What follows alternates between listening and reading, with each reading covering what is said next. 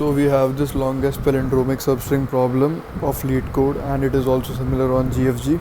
So it's a like different approach. In previous questions, we saw that we need to provide the length of the longest palindromic substring. For example, basically we were required to return an integer value, but in this thing they want us to return a string, like basically what is the longest palindromic string, return it, and need not to print it, just return it.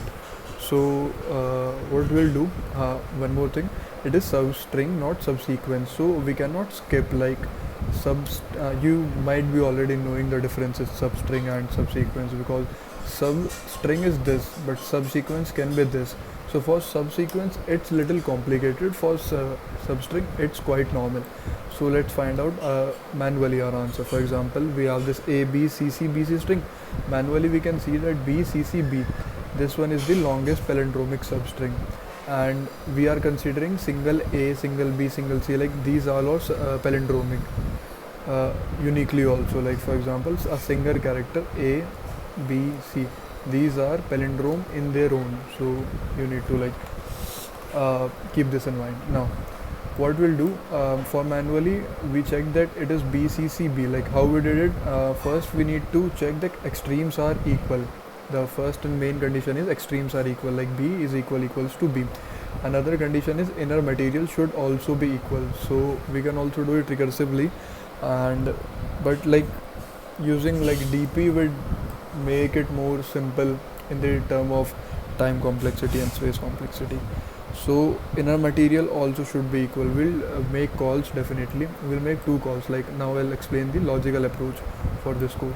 So what we'll do is we need two different calls. Just assume this is our string. We need two different call. One call will be considering the current element as a center and then checking left and right. For example, we are on a, we'll consider the left element to a and right element to a. We'll check them both. If they are equal, we'll move ahead. If they are not equal, we'll increment, like we'll move ahead in our loop, in our for loop. If they are not equal, we will increment the value of I. For example, for b, b is my center currently, like this is my first approach, first call, not approach, call. We need to make two calls. So first call is assuming our current number as center. For example, I have b now, b as a center. So let's check on the left, okay it's a. Let's check on the right, it's c. So are they equal? No, they are not, so this cannot be a palindrome, just move it ahead. So that's the first approach, not approach, my bad, why I'm using approach again. That's the first call we'll made, considering every element as a center element and checking left and right. So second call, this was the like first call. Second call in like in the same program, second call will be not assuming this as a center but assuming the space between it as a center. Like it's hypothetical, I know there is no point, like you cannot just consider this space, but hypothetically assuming this thing as a center and now computing left and right. For example, I'll tell you the difference. If a b c c b c is written, so for first approach you will consider this as a center and then you will move left and right. In first approach you will consider this as a center and you will check b and you will check c. This is the first approach. For this b also you will consider this as a center, you will check left c, and you will check left and you will check right. This was the first approach. But if we consider why I am calling this approach, this is not approach, this is a call. I mean approach, this is a single approach and there are two different calls in it. In second call, what we'll do, we are not assuming this as a center, neither this as a center, we are assuming this gap is a center. I know this is not possible to like compute this or to allocate some I value to it. This is not possible, I know, but I'll tell you how we'll exactly do this.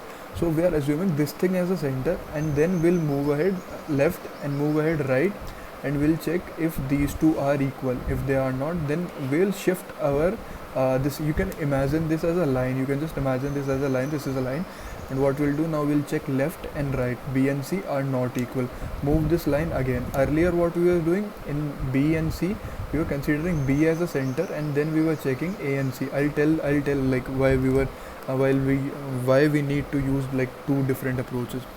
So for this thing, assume this as a center, assume this as a main line, then check left and right. Are these two equal? Yes, they are. move ahead to left and move ahead to right. B and B, are these two equal? Yes, they are. Move ahead to right, move ahead to left. Are these two equal? No, they are not. If they are not equal, we already got a string, palindromic string. Like these were equal, we already got. What we'll do, we'll keep appending, a string to a new string. Like for example, in the second approach, like we'll append in both, but in second approach, what we'll do, for example, you state like you are currently here, standing here. You'll check it left, you'll check right, you'll get both these points are correct, so you'll just append them in the string.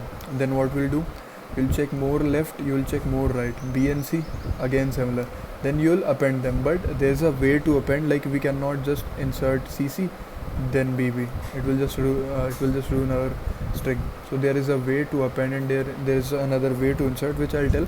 But the approach is, first consider a digit as a center, then consider the gap in between those digits as a center. So I'll explain the benefit of this gap thing, like why we are using this. For example, consider the same string which we were using, AB, CC, BC, and I'll go with the first approach first. Consider this, left and right. Left is out of bound, no mean, I value upgraded. Consider this, left and right, A is not equals to C, not possible. Increase the value of I. C, check left and right, B and C not equal, not possible. Increase the value. On C, check left, C and B, are they equal? No, they are not. Cross it. We will move further. On B, check left equal, right equal. C, B and C, are they equal? No, they are not. Move ahead. On C, left, right is out of bound. So according to our first approach, there is no palindromic string A in A, B, C, C, B, C. But we can see already that there is a palindromic string which is B, C, C. So here our second approach will come into play, which will be A, B, C, C. Consider this. I'll just change the color for this. Consider this thing. Left and right, they are equal? No, they are not. Consider this. Left and right, they are equal? No, they are not. Consider this. Left and right, are they equal? Yes, C and C are equal. Okay. Move more to left, move more to right. Are these two equal? B and B, yes, they are also equal. Just remember, we are currently inserting this string, like hand by hand we are inserting this string into our into a new string. We are just storing it because we need to print it. Now move ahead. Right and left, A and C, are they equal? No, they are not. So do not include them here. Just store this BCCB string. Now what we'll do, first approach was this, second approach was this. On the same time, we will keep on checking the size, like we'll keep on comparing the size. Like for example, we stored BCC here. Just a hypothetical case, if we had another string BCCBA, like in this same, if we found some like new string, and we would have stored this also. So to check which one to use and which one to keep, we need to compare in between the sizes. So in between the sizes, this one is greater, so we'll keep this string.